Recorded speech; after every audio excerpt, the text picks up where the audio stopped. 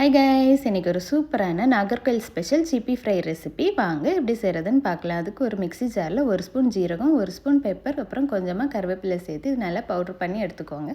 நான் இப்போ ஒரு 1/4 கிலோ அளவுக்கு சிப்பி எடுத்திருக்கேன். இதில் நம்ம பவுட்ரு பண்ண அந்த பவுடர், அப்புறமா கொஞ்சமாக மஞ்சள் பொடி, கொஞ்சோண்டு இஞ்சி பூண்டு பேஸ்ட், அப்புறம் தேவைக்கு உப்பு. இதில் ஏற்கனவே உப்பு இருக்கும், அதனால் பார்த்து சேர்த்துக்கோங்க. சேர்த்துட்டு இதை நல்லா மேரினேட் பண்ணி ஒரு 15 மினிட்ஸ் ரெஸ்ட் பண்ண விட்டுக்கோங்க. ஒரு 15 மினிட்ஸ்க்கு அப்புறமா நம்ம இதை ஷாலோ ஃப்ரை பண்ண போகிறோம். அதுக்கு நான் ஒரு பேனை ஹீட் பண்ணி கொஞ்சமாக ஆயில் சேர்த்துருக்கேன். ஆயில் சூடானதுக்கப்புறமா நம்ம மேரினேட் பண்ணி வச்சுருந்தோம்ல சிப்பி, அது எல்லாத்தையுமே ஒவ்வொன்றா இதில் சேர்த்துக்கோங்க. சேர்த்துட்டு ஒரு 5 மினிட்ஸ் ஒரு சைடு நல்லா குக் பண்ண விட்டுக்கோங்க. ஒரு சைடு நல்லா குக் ஆனதுக்கப்புறமா இதை ஒரு ஸ்பூன் வச்சு திருப்பிக்கோங்க. திருப்பிட்டு இதையும் ஒரு 5 மினிட்ஸ் குக் பண்ணிக்கோங்க.